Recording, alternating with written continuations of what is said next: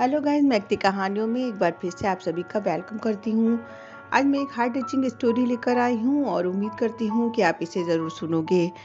अगर अभी तक आपने मेरे चैनल मैं एकती कहानियों को सब्सक्राइब नहीं किया है तो प्लीज़ मेरे चैनल को सब्सक्राइब कर लीजिए। नोटिफिकेशन के लिए बेल आइकन को प्रेस कर लीजिए ताकि आगे आने वाली कहानी का नोटिफिकेशन सबसे पहले आपको मिल सके। सुमन की आंखों की रोशनी क्या गई, उसकी दुनिया ही अंधेरी हो गई थी। वो एक मीडियम घराने से ताल्लुक़ रखती थी। एक रोड एक्सीडेंट में उसकी आंखें चली गई थीं।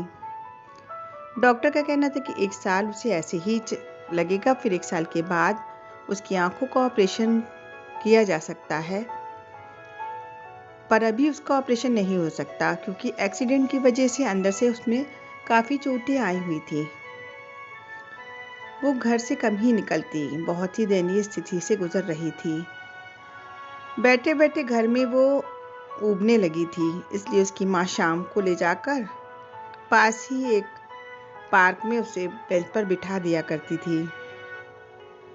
1-2 घंटे बाद जाकर उसे ले आती थी। वहाँ पर बच्चों का शोर और लोगों की आवाज़ों से उसका दिल बहलने लगा था।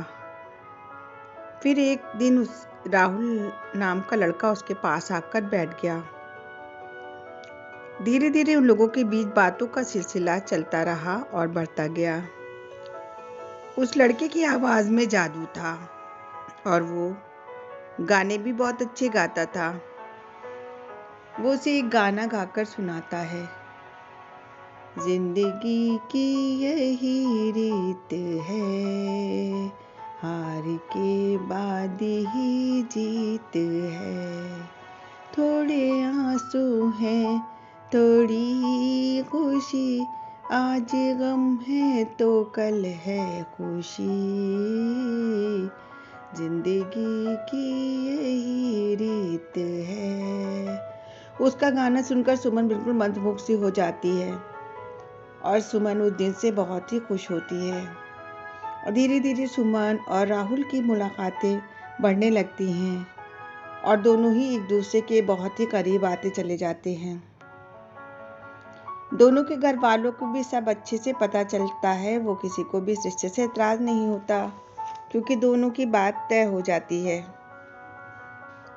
धीरे धीरे 1 साल का समय बीत जाता है और फिर सुमन की आंखों का ऑपरेशन किया जाता है और ऑपरेशन कामयाब भी हो जाता है। सुमन ने कहा था कि जब मेरी पट्टी खुलेगी सबसे पहले मैं राहुल को देखना चाहूँगी। पर जब उसकी पट्टी खुलती है तो उसके पापा ही उसे दिखाई देते हैं। उसकी आंखें राहुल को ढूंढ रही थी पर राहुल ना आया था। हॉस्पिटल से छुट्टी पाकर वो उसी दिन शाम को राहुल से मिलने जब उसी पार्क में पहुंची जहां उन लोगों की पहली मुलाकात हुई थी, वो एक बेंच पर जाकर बैठ गई थी। पर उसने राहुल को देखा तक ना था, इसलिए वो इधर उधर ढूंढ रही थी। तभी छड़ी लिए एक अंधा सा लड़का उसी बेंच पर आकर बैठ गया था। उसने उसकी तरफ देखकर उसे इग्नोर कर दूसरी तरफ देखने लगी थी और सोच रही थी कि ये राहुल है कहाँ चला गया। उसकी आवाज़ इतनी सुंदर है, ज़रूर वो लड़का भी बहुत ही सुंदर होगा और बहुत ही अच्छा होगा। तभी वो अंधा लड़का वही गाना गुनगुनाने लगा था, जिंदगी की वही रीत है, हार के बाद ही जीत है। आवाज़ सुनकर उसने उसकी तरफ देखकर कहा था, क्या आप राहुल हैं? लड़के ने सर उठाया था। सुमन, तुम मेरी सुमन हो? मैं ना कहता था कि मेरी सुमन आंखें आने के बाद भी मुझे ज़रूर पहचान लेगी। पर उसे देखकर सुमन को एक धक्का सा लगा था कि राहुल अंधा है। सुमन, क्या सोच रही हो? बोलो ना। पर सुमन की समझ में ना आ रहा था। क्या कर थोड़े दिन के बाद ही सुमन ने ये रिश्ता खत्म कर दिया था क्योंकि वो एक अंधे के साथ अपनी ज़िंदगी नहीं जी सकती थी, क्योंकि जब उसे दिखाई ना देता था तो वो आँखों की अहमियत को जान चुकी थी।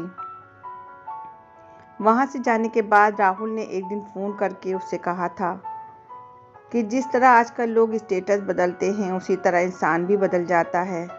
जिस तरह अच्छे स्टेटस को ढूंढने के में सब लगे रहते हैं, उसी तरह इंसान ढूंढते हैं।